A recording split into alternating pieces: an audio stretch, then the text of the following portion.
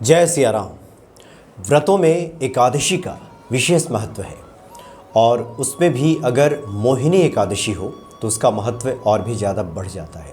उस दिन अगर कोई भी पुण्य कार्य किया जाए, उस दिन अगर व्रत किया जाए तो उसका फलाफल कई गुणा बढ़ के मिलता है, जो कि भगवान विष्णु की कृपा हमें प्राप्त होती है। मोहिनी एकादशी करीब है। मोहिनी एकादशी का व्रत हम किस प्रकार से करें, कैसे भगवान विष्णु को हम प्रसन्न करें, यह सब बताने के लिए हमारे सामने उपस्थित हैं ज्योतिषाचार्य आशीष कुमार जी। स्वागत है आपका आचार्य जी। जय श्री राम। आचार्य जी, बड़ा ही विशेष महत्व है क्योंकि मोहिनी एकादशी काफ़ी करीब है। ये शुभ मुहूर्त कब है और किस प्रकार से कोई व्रत करे, कैसे पूजन करे?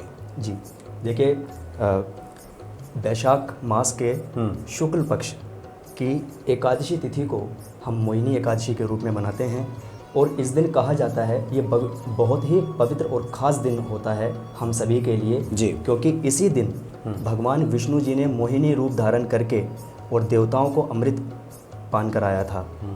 इसीलिए इसको हम मोहिनी एकादशी के रूप में जानते हैं और इस वर्ष इसकी विशेषता इसलिए भी थोड़ी सी बढ़ जाती है। अच्छा। क्योंकि इस दिन मोहिनी एकादशी बृहस्पतिवार को पड़ रही है और बृहस्पतिवार का दिन भगवान हरि विष्णु को अति प्रिय है।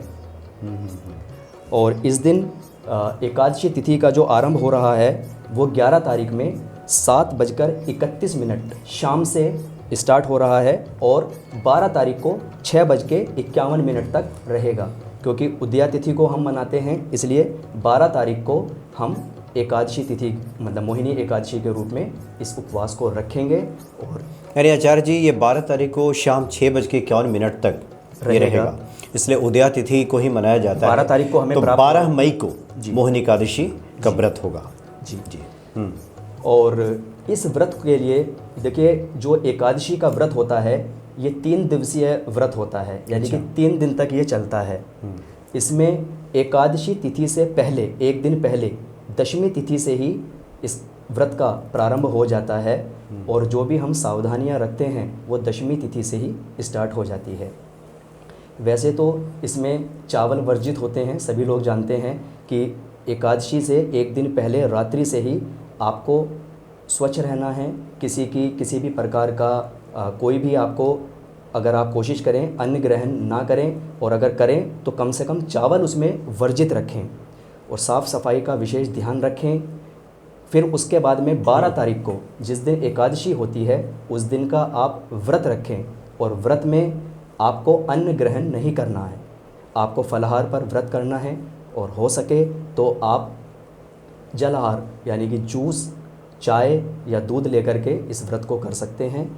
नहीं तो आप फलों के साथ फलाहार कर सकते हैं। आप फ्रूट्स वगैरह खाइए, फलाहार कीजिए और इस व्रत को कीजिए।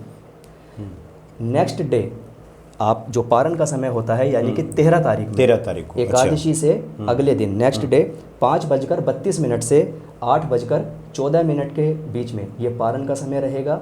इस समय पर आप भगवान विष्णु जी को भोग लगाकर अपना जो उपवास है, व्रत है, वो खोल सकते हैं। अब इसमें किन बातों का हमको ध्यान रखना है? एक तो सबसे पहली चीज़, एकादशी के व्रत में आप अन्न ग्रहण ना करें। उसके बाद जब एकादशी तिथि पर आप व्रत रखेंगे तो आपको भगवान हरि विष्णु का पूजन करना है, उनको पंचामृत से स्नान कराना है। उसके बाद में भगवान विष्णु जी को आप पीले कपड़े, पीली मिठाई, पीले फल, जो भी सीज़न में वो अर्पित फल आते हैं वो आप उनको अर्पित करें। विधिवत धूप दीप से उनका पूजन करें और ओम नमो भगवते वासुदेवाय नमः मंत्र का जाप करें। विष्णु सहस्त्र नाम का पाठ करें और लास्ट में विष्णु जी की, भगवान हरि विष्णु जी की आरती करें। इस प्रकार आपको एकादशी का व्रत करना है। विशेष ध्यान इसमें रखें, चावल वर्जित है। चावल का उपयोग आप दशमी तिथि की रात्रि से ही बंद कर दें। और किसी भी प्रकार का किसी की निंदा या कोई कटु वचन आप इसमें ना बोलें। कोशिश करें कि इस व्रत में जब आप इस व्रत को रखें तो कम से कम बोलें, क्योंकि कम बोलेंगे तो संभावनाएं गलत बोलने की या कम रहेंगी, कटु शब्द कई बार निकल जाते हैं। थोड़ा सा ज़िद और गुस्से का भी परहेज करें। बड़े शांति के साथ में आप और बड़ी शुद्धता के साथ में आप इस उपवास को रखें, ब्रह्मचर्य का पालन करें। इन बातों का आप विशेष ध्यान रखें। जी जी, नहीं आचार्य जी, 12 तारीख को है मोहिनी एकादशी और आप 10 तारीख की रात्रि से ही लगभग आप उस व्रत के नियमों का पालन करना शुरू कर दीजिए। चावल का सेवन ना कीजिए। 11 तारीख को भी शुद्धता का ख्याल रखिए। जैसे आमतौर पे जो भी कठिन व्रत हैं, जैसे छठ महापर्व में भी ऐसा ही कुछ होता है कि 2 दिन पहले से ही उसकी तैयारी शुरू हो जाती है। तो 11 तारीख को भी आप शुद्धता का, पवित्रता का ख्याल रखें, स्नान आदि क्रिया करके भगवान विष्णु को उस दिन भी पूजन कर लें। और फिर 12 तारीख को आपने बताया कि भगवान विष्णु को स्थापित करें कहीं, घर में मंदिर में है तो अच्छी बात है। और आपने कहा पंचामृत से स्नान कराइए, पंचोपचार पूजा कीजिए, वस्त्र भी अर्पित कीजिए, उन्हें भेंट कीजिए, पीले वस्त्र भेंट करना। पीले वस्त्र, जी जी जी। इसमें जो भी आपको लगाना है, जो भी चढ़ाना है भगवान विष्णु जी को, वो पीला ही चढ़ना है। पीले फल उनको चढ़ाइए, अर्पित कीजिए, पीली मिठाई का भोग लगाइए और इस तरीके से आपको पूजन। अच्छा, आमतौर पे हम लोग संकल्प की भी बात करते हैं। उस दिन भी भगवान विष्णु के सामने आप संकल्प लें, हाथ में जल लेकर के, फूल लेकर के, और आपकी जो कामना है वो कहते हुए आप वहाँ प्रकट करें और विष्णु सहस्त्रनाम का पाठ कीजिए। और पूरे दिन में आप कोशिश कीजिए ज़्यादा से ज़्यादा आप ओम नमो भगवते वासुदेवाय नमः मंत्र का जाप करते रहिए अपने मन में। और इस दिन स्वच्छता का विशेष ध्यान रखें और उसकी तैयारी आप दशमी तिथि से ही स्टार्ट कर दीजिए। ब्रह्मचर्य का पालन भी आवश्यक है। और इस प्रकार आप एकादशी का पूजन कीजिए। आचार्य जी, नेक्स्ट डे, क्योंकि मैंने बताया है कि 3 दिवसीय व्रत होता है, तो दशमी तिथि से आप करेंगे, एकादशी में रहेगा, और द्वादशी तिथि में 13 तारीख को आप पारण के समय भगवान विष्णु जी को भोग लगा करके और उसके बाद अपना व्रत खोलें। अच्छा, जिस दिन मोहिनी एकादशी है तो भगवान विष्णु के ही रूप भगवान राम हैं जी, तो राम रक्षा स्तोत्र का ही पाठ किया जा सकता है उस दिन? बहुत अच्छा रहेगा, ये आपने बड़ी अच्छी बात बताई। इस दिन हम राम रक्षा स्तोत्र का भी पाठ कर सकते हैं। और जिन लोगों को एक भय रहता है या कुछ परेशानी है या स्वास्थ्य से संबंधित परेशानी है, वो लोग तो अवश्य ही राम रक्षा स्तोत्र का पाठ कीजिए। देखिए, विष्णु जी के ही अवतार हैं प्रभु श्री राम और भगवान श्री कृष्ण। तो आप इस दिन श्री हरि विष्णु जी की पूजा कर सकते हैं, प्रभु श्री राम की पूजा कर सकते हैं, भगवान श्री कृष्ण की पूजा कर सकते हैं।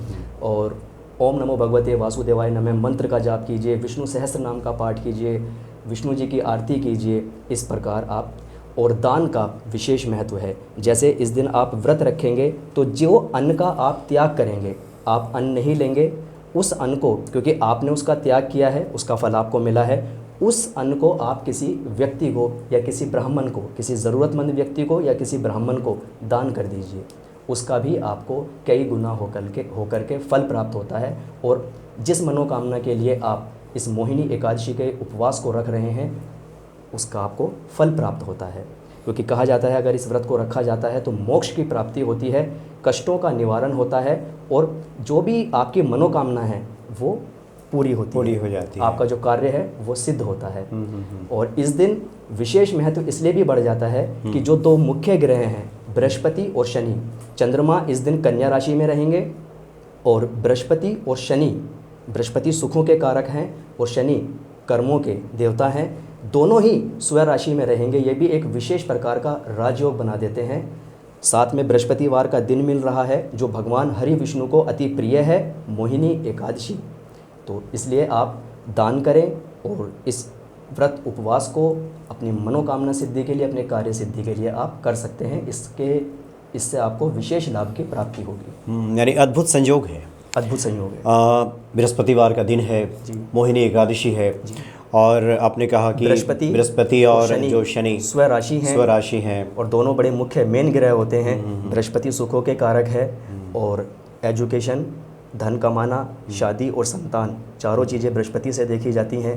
कर्म के देवता, न्याय के देवता शनि हैं, वो स्वग्रही रहेंगे, तो ये भी एक विशेष प्रकार का राजयोग बनाते हैं। तो इसलिए आप इस व्रत को करके जी आप यानी अपने व्यस्त कार्यों से थोड़ा समय निकालिए और सुबह सुबह भगवान विष्णु का पूजन कीजिए, और जो भी कार्य करते रहिए और स्मरण तो करते ही रहिए।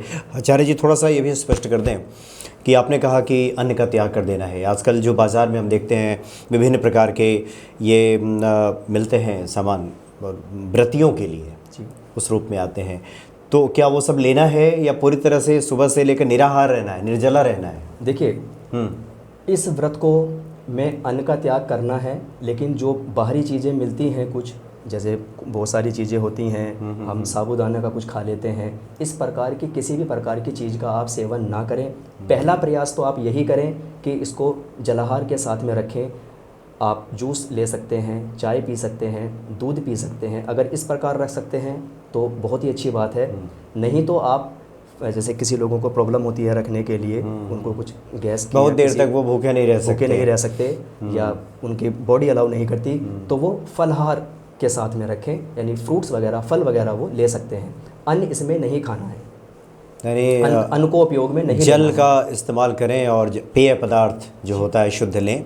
आमतौर पे बाज़ारों में हमने देखा है कि सेंधा नमक का चिप्स बिकता है, सेंधा नमक का इस्तेमाल की हुई चीज़ें बिकती हैं और बताया जाता है व्रतियों के लिए है, तो खास करके एकादशी में इसके प्रयोग से बचें।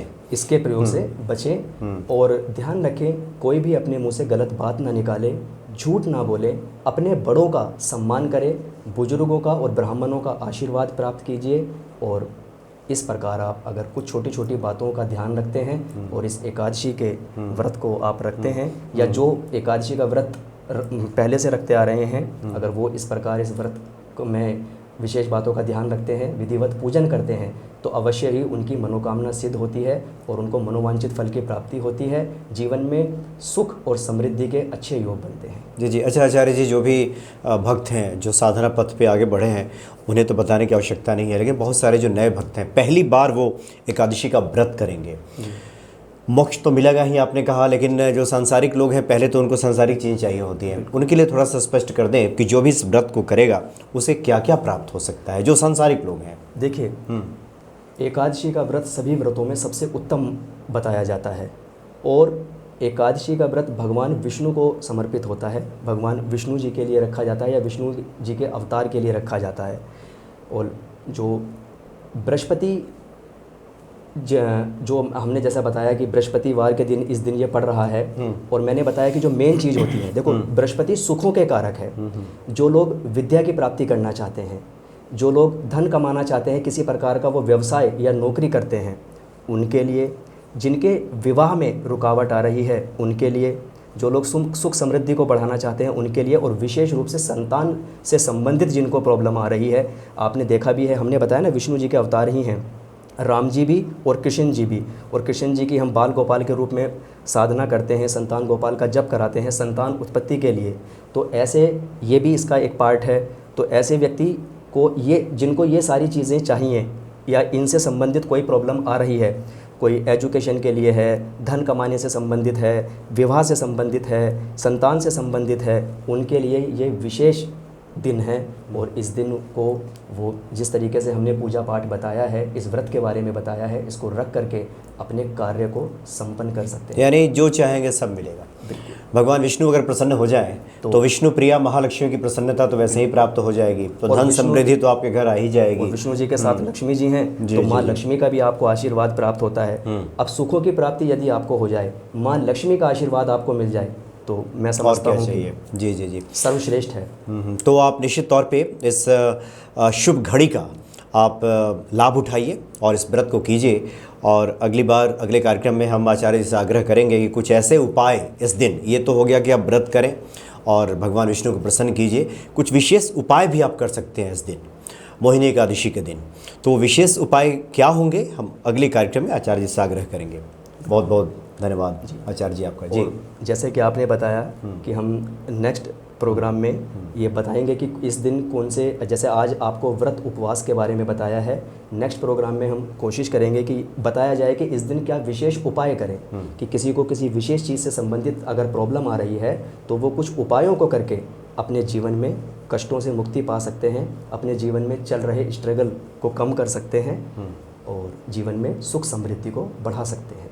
जी जी, जहाँ चाह है वहाँ राह है, परेशानियाँ हैं, मुश्किलें हैं, तो साथ में उपाय भी है। और कहा भी जाता है जी जी, जहाँ योग काम नहीं करता वहाँ प्रयोग काम करता है। तो हम नेक्स्ट प्रोग्राम में कुछ आपको उपयोग और प्रयोग बताएंगे जिनको आप कर सकते हैं। जी जी, चलिए बहुत बहुत धन्यवाद आपका आचार्य जी। जय सिया राम। जय सिया राम। जय सिया।